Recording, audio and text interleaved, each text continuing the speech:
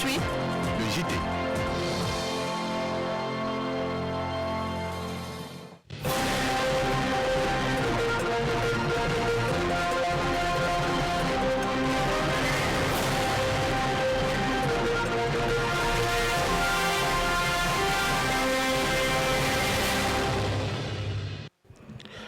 Mesdames et messieurs, bienvenue au 13h de la chaîne citoyenne. C'est parti pour le journal.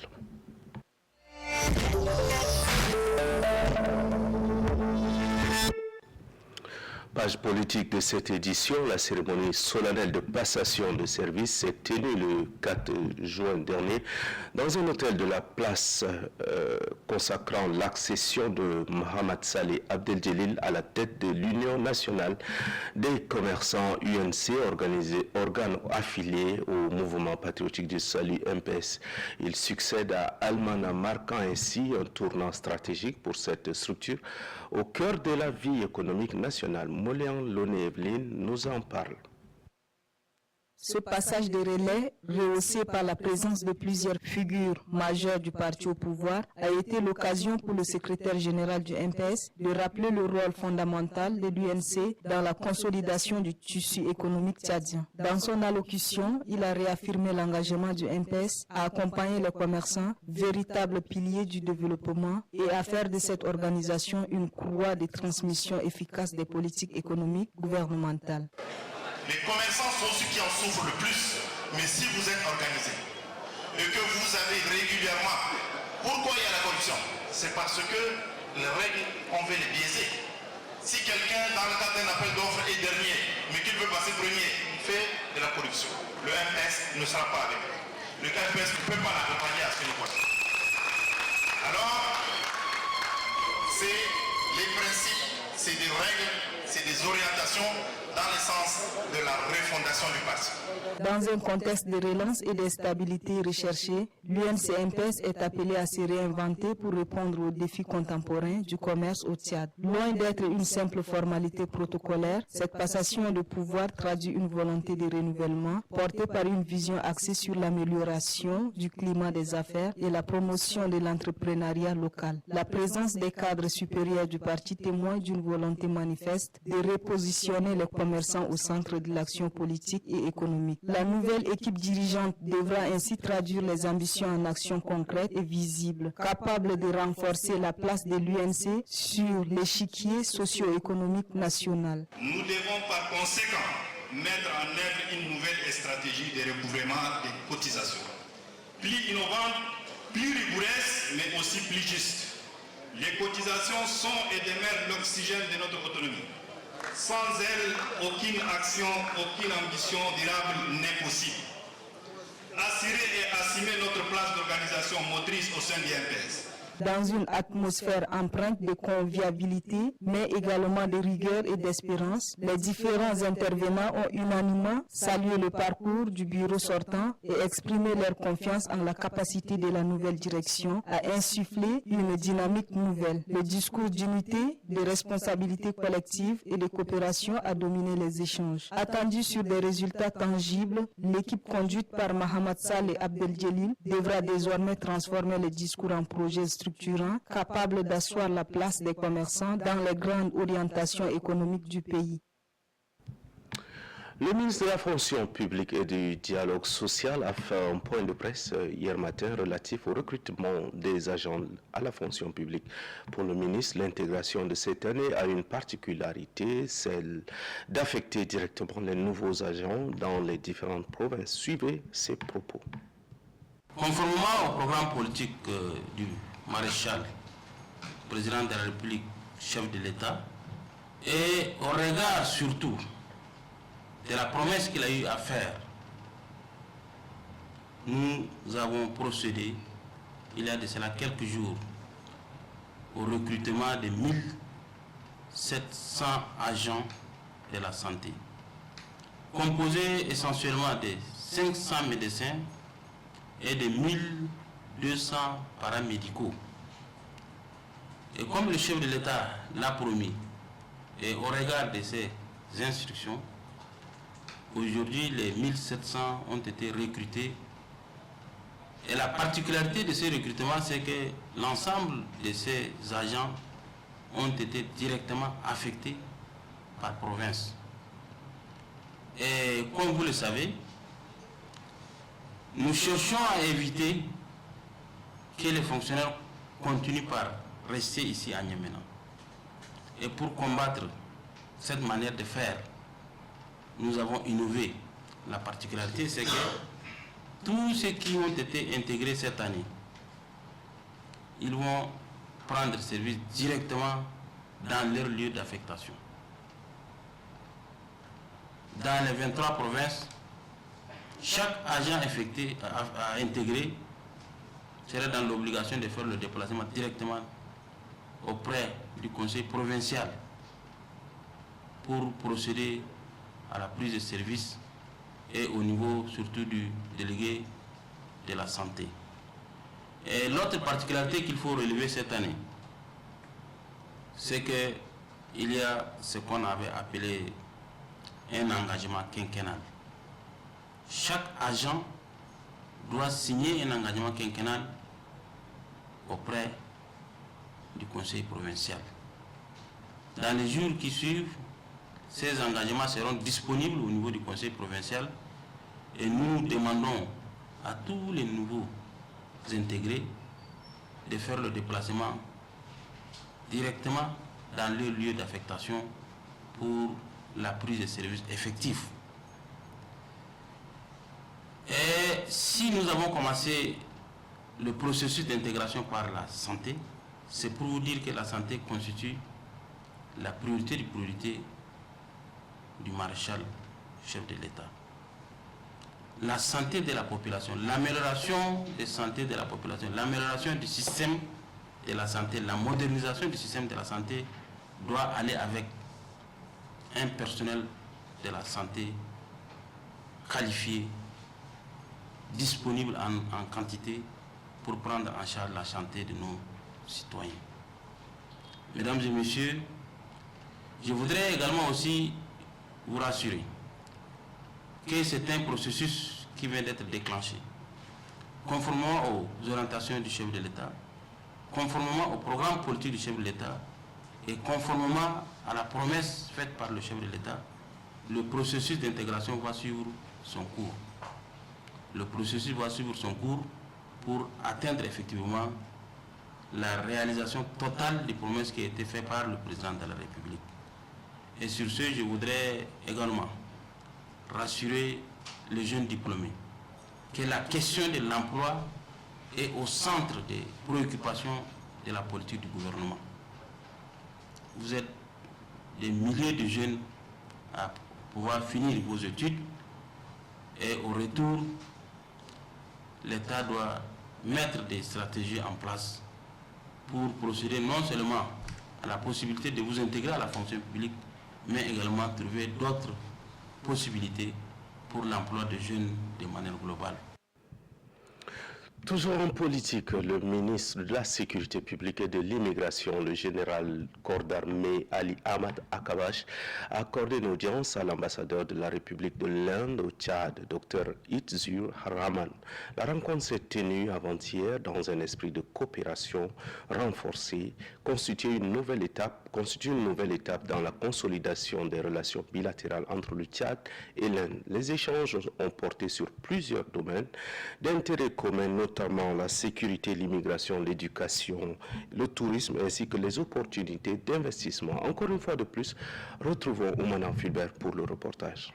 Entouré de ses principaux collaborateurs, à savoir le secrétaire général adjoint du ministère, Dr Issaka Haroun Béchir, le conseiller à la coopération, Omar Adoudou Zaï, et son directeur de cabinet, Bakounou Jacob Vitagna, le ministre Ali Ahmad Akabash a salué l'engagement soutenu du gouvernement indien en faveur du Tchad. Il a exprimé sa reconnaissance pour la volonté affichée de New Delhi d'accompagner la modernisation du système sécuritaire tchadien en parfaite adéquation avec la vision stratégique stratégique du chef de l'État, le maréchal Mamadi Idriss Itno, pour qui la sécurité demeure une priorité nationale. L'ambassadeur extraordinaire plénipotentiel de la République N au Tchad, Dr Utsu Rahman, a pour sa part réitéré la disponibilité de son pays à renforcer durablement sa coopération avec le Tchad. Il a mis en avant les multiples opportunités de collaboration au-delà du domaine sécuritaire dans des secteurs porteurs comme le tourisme, l'enseignement supérieur, l'immigration et les investissements. Selon lui, l'ambition de l'Inde est de voir le ministère tchadien devenir un modèle africain en matière de gouvernance sécuritaire fondé sur l'expertise, l'innovation et le partenariat international. Au terme de leurs échanges, les deux parties ont convenu de l'élaboration d'un accord de coopération structurant. Ce futur cadre juridique viendra formaliser une dynamique de partenariat renforcé axée sur le renforcement des capacités, l'échange d'expériences et la mise en œuvre de projets conjoints dans les secteurs stratégiques. Par cette audience de haut niveau, le Tchad et l'Inde réaffirment leur volonté partagée de bâtir un partenariat solide fondé sur le respect mutuel, la complémentarité et la recherche de solutions concertées face aux défis sécuritaires actuels. À l'issue de la rencontre, l'ambassadeur indien a confié à la presse sa satisfaction pour la qualité des échanges, qualifiés d'être très cordiaux et prometteurs. Mesdames et messieurs, cette information en bref et en images, le président américain Donald Trump a interdit aux ressortissants de 12 pays, dont le Tchad, l'entrée aux États-Unis pour protéger le pays des terroristes étrangers. Selon un document publié ce mercredi 4 juin par la Maison-Blanche, l'interdiction qui sera effective le 9 juin s'applique à 12 pays.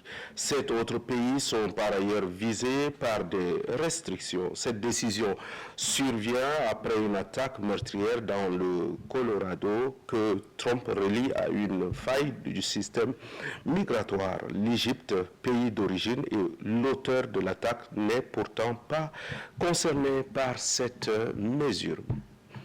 Mesdames et messieurs, la suite du journal juste après ceci.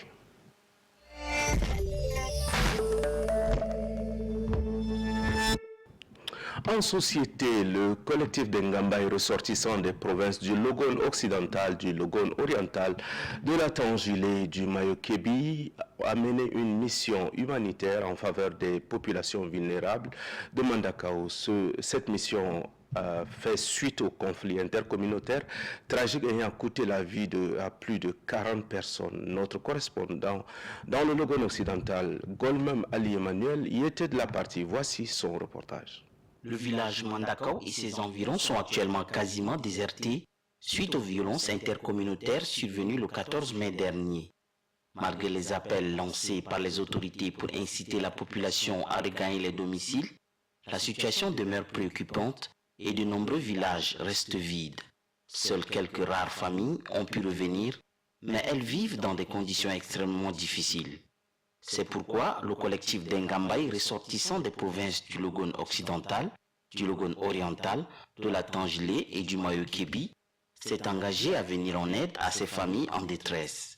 Après avoir compati avec les victimes de ces atrocités, le collectif a fait un don de vivres et de non-vivres. Un geste rendu possible grâce à la solidarité et à la générosité des ressortissants Ngambaï d'ici et de la diaspora pour soutenir ces victimes de violences. Cette action est une action de réponse à orientation communautaire pour assister nos frères et nos sœurs qui ont été affectés, qui ont été victimes de ces violences et qui aujourd'hui sont pratiquement dépourvus de tout. Vous avez constaté que les biens sont aussi bien des biens vivres comme non vivres. Donc, nous avons pensé qu'à travers ces premiers éléments, nous avons fait quelques modestes apports et les populations de la zone pourront au moins avoir quelques jours, mais quelques repas pour les jours qui suivent, parce qu'ils sont dans une précarité totale. Il y a des maisons incendiées, ils ont perdu leurs moyens d'existence, certains sont en déplacement forcé par crainte de leur sécurité. Le chef de canton a exprimé au nom de sa population sa profonde gratitude envers le collectif Ngambaï pour ce geste généreux. Il en a profité pour lancer un appel solennel à tous les habitants qui ont dû quitter leur village. Vous avez vu, nous sommes dans la souffrance et finalement vous nous avez amené quelque chose pour nous aider. Je vous remercie beaucoup. Bon, pour le moment, les gens là, ils sont pas très qu'ils ont fui, s'ils viennent, ils repartent, ils viennent. il repart. Donc pour le moment, moi je demande à ce qu'il revienne rester là où il se trouve seulement. Il ne faut pas qu'il refuse de venir. Moi je voudrais que les Peuls et puis les Gambais, même il faut qu'ils collaborent comme avant seulement. L'on note la présence du secrétaire général du comité des affaires islamiques du Logone occidental, d'un prêtre, d'un député natif de la localité et de plusieurs autres membres du collectif à cette mission de soutien psychosocial et de renforcement de liens communautaires.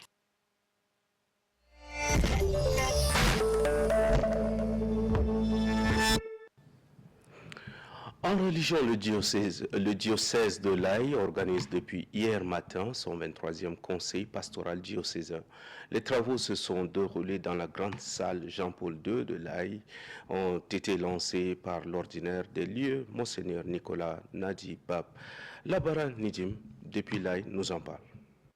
Pendant 3 jours, les participants, composés des membres des différentes commissions diocésaines, auront l'occasion d'évaluer les activités programmées, réalisées ou non réalisées, celles non programmées mais réalisées, les joies, les difficultés, les suggestions, les points importants pour les débats, ainsi qu'élaborer le calendrier diocésain 2025 et 2026 et des informations. Après une séance de prière assurée par le doyen Est, le berger du diocèse de l'Aï, Monseigneur Nicolas Nadibab, a dans son mot d'ouverture dit ceci. Le conseil pastoral diocésain est un lieu de dialogue, de réflexion et de discernement, un précieux instrument pour l'Église locale. Votre présence ici aujourd'hui témoigne de votre désir d'être des artisans de l'évangélisation, de porter le message de l'amour et de l'espérance à tous les membres de notre communauté diocésaine. Au cœur de notre mission commune, il y a le peuple de Dieu avec sa richesse et sa diversité, avec ses joies et ses peines et défis. Ensemble, nous sommes invités donc à écouter le Seigneur, à discerner ses appels et à mettre en œuvre ses directives dans notre quotidien. Place ensuite aux travaux. C'est par la présentation des différents responsables des commissions pastorales, de la femme et de la famille, des jeunes, des vocations, de l'enfance, de l'enseignement catholique, œcuménique et du dialogue interreligieux, des mouvements des adultes, pour ne citer que ceux-là pour cette première journée. Et toutes ces présentations, on peut noter quelques soucis de communication, le suivi, l'âge d'entrée ou l'accès au préséminaire et bien d'autres. Des suggestions de part et d'autre à cet effet au cours des débats ont été faites par les participants pour l'amélioration des travaux de ces différentes commissions.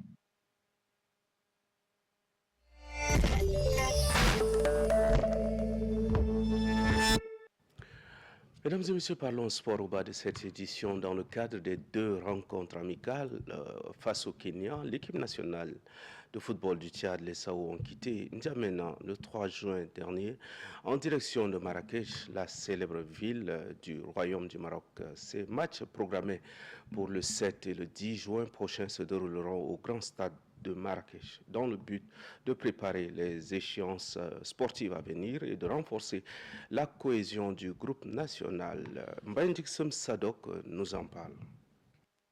Placée sous la direction du sélectionneur national Tahir Zakaria, la délégation tchadienne entend profiter de ce rassemblement pour consolider les acquis techniques et tactiques d'un groupe en quête de cohésion et de régularité et de reconnaissance sur la scène internationale. Selon le technicien tchadien, les joueurs sont pleinement mobilisés et conscients des enjeux de cette double opposition qu'il qualifie de véritable test de maturité et de progression. C'est une occasion précieuse pour resserrer les liens, affiner notre identité de jeu et bâtir une équipe compétitive en vue des prochaines échéances officielles, a déclaré le coach Zakaria à son départ de la capitale. Pour sa part, le président de la Fédération tchadienne de football association, Tahir Ouli Hassan, s'est montré résolument optimiste. Il a assuré que toutes les dispositions techniques et logistiques ont été prises pour permettre au SAO d'évoluer dans les meilleures conditions possibles. L'effectif sera complété en Marrakech par l'arrivée imminente des joueurs internationaux évoluant à l'étranger. De leur leur regroupement, l'équipe entamera un stage intensif sur la pelouse marocaine avec pour objectif de renforcer les automatismes et affûter les talents en prévision de ces deux confrontations stratégiques. C'est avec cet élément que se referme cette édition d'information sur la chaîne citoyenne. À très bientôt pour d'autres programmes.